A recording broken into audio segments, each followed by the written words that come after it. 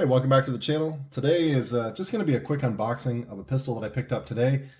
It's something I've been wanting for a while, and without further ado, I'm going to go ahead and unbox it. What we have here is a Walther PPK S in 380. So this is a pistol that I've wanted for quite a while. Not really the most practical pistol in my view. There's tons of other options out there. You're looking at almost a 100-year-old design at this point. The Walther PP and the PPKS and the PPK, all that whole line goes back to 1929. In fact, earlier on the channel, I did a review of a Manurin Walther PP in 32, if you want to check that one out. And also, we're going to compare this pistol that I got today with the very first review I did on this channel, which I'm going to compare it directly to a SIG P230, which is also in 380. So I just like these kind of pistols. This is something I'm never going to carry. It's way too heavy. It weighs like 1.42 pounds. I think we'll put it on the scale later. It's about 4.5 ounces heavier than the SIG 230.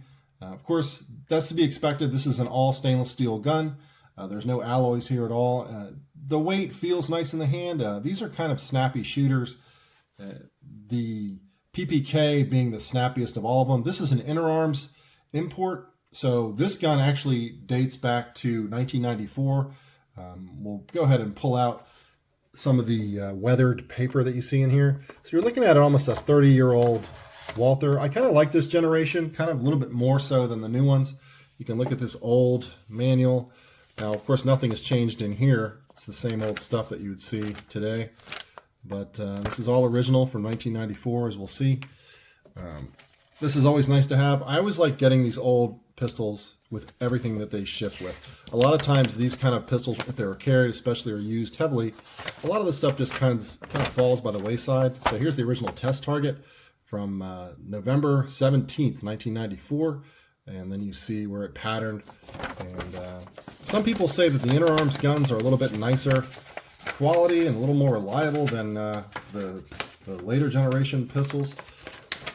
If anyone in the comments wants to chime in on that and dispute that or to affirm that, feel free. So, and here's an incredible offer from the NRA, back probably when the NRA was actually a relevant organization. So if you want to send them your money, which I don't recommend, go ahead and send it to the NRA. So the pistol comes in a nice hard case. Of course, this one survived the whole time. And what you're going to get is 2 magazines. The one that you see here is the 6-shot variety, which fits flush to the frame. And then you have the 7-shot, and the 7-shot has the heel, the finger rest. So we'll get that out of the box. In fact, we'll just get the box out of the way because, who cares about a box? All these pistols have been cleared. I just feel like I have to say that on YouTube. So this is the older Interarms variant. It doesn't have the extended beaver tail. I just cleaned this today, so it's probably dripping with oil. I'm probably going to polish it and clean it up. Everything looks really nice inside. I don't have any firsthand knowledge of shooting this particular pistol. Of course, I have shot other PPKs in the past and PPKSs. And they're enjoyable to shoot, I guess. Probably more so as like a range toy. I wouldn't consider shooting this on a regular basis. It's a little snappy. These kind of pistols prefer full metal jacket rounds, although this one will feed hollow points, but we'll find out in the future when I actually take it out to the range and really run it through its paces. I'll do some defensive ammo, and I'll do some, of course, full metal jacket, which is most of what I have. Most of my 380 ammo is FMJ, partly because I'm too cheap to buy the defense loads for this caliber because it's already expensive, and also because I want to have maximum reliability. So I usually get full metal jackets in like these 32s and 25s and 380s. I usually go the full metal jacket route. They're not really known for expanding anyway, so there's no real reason to buy a hollow point, at least in my opinion. But yeah, I'm going to go ahead and clean this one up. It definitely needs some polishing. It's been sitting. I think this is one of those pistols that has sat a lot and not really been shot a lot. That's what I find in my experience. Just a really classic design. Go ahead and decock it there. that's on safe. Now we have it on fire. And we'll go ahead and put this on the scale just to see what we're working with. And then we'll compare it head to head to the SIG 230, which is review number 1, episode 1 on this channel. Just goes back to the very beginning. So we'll switch units to ounces, and then we'll see what we come up with.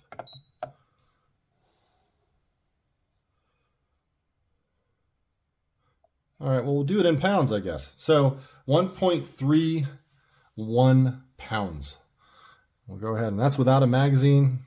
Now, of course, if you put 7 rounds of full metal jacket or 380 ammo, that's going to increase the weight. Put it in there with the magazine, 1.42 pounds.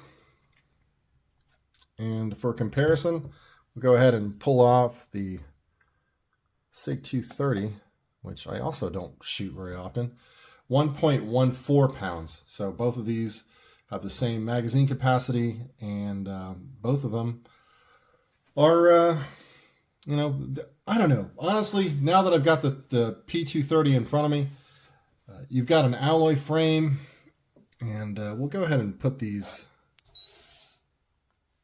on top. So I'll go ahead and put the P230 and the PPKS. So it's definitely longer in the barrel. You've got a little bit extra barrel length. This is like, I think the PPKS has got a 3.3 inch barrel, if I'm not mistaken. What you're going to get with the PPKS is a really heavy trigger pull. Walther listed as like 13.4 pounds in double action, 6.1 pounds in single action. I don't have the trigger gauge out, but that tracks. That's about right. The SIG 230 also has a fairly heavy double action, but it's nowhere near the weight and as stagey as the PPKS. Now I'm going to basically tell you that I prefer the SIG 230 over, if I have to carry 1 or 2 of these, I'm definitely going to carry the 230 over the PPKS. Got a little bit longer sight radius, a little bit longer barrel. You've got the decock feature, and you've got about 4.5-ish ounces lighter in weight. And I like the sights better, although they are very similar. You're talking about little 380 pocket pistols. So it's not really my first choice for a defensive handgun to begin with, but if I had to carry one in a pocket, like a jacket pocket, I would definitely go the SIG 230 route. But not really much to tell. I just wanted to break this out today. This is something that I picked up just a few hours ago. And I just wanted to do a quick unboxing. It's not really a brand new firearm. It's a 30-year-old used PPKS, but it's just a pistol that I wanted in my collection. I have a PP and 32. And I wanted to get a PPKS because, right? It's not a gun that's ever really going to see the light of day. I'll take it out, shoot it a few times, see where the point of impact, point of aim is, and then it will go back in the box. So that's all I have for you today. There's going to be more content coming. I've got full-length reviews and stuff like that, but it's been tough to get out to the range, and a lot of stuff going on in January. So I just wanted to let you all know that I'm still here and that I'm still working on content. So wait for full-length reviews coming up soon in February.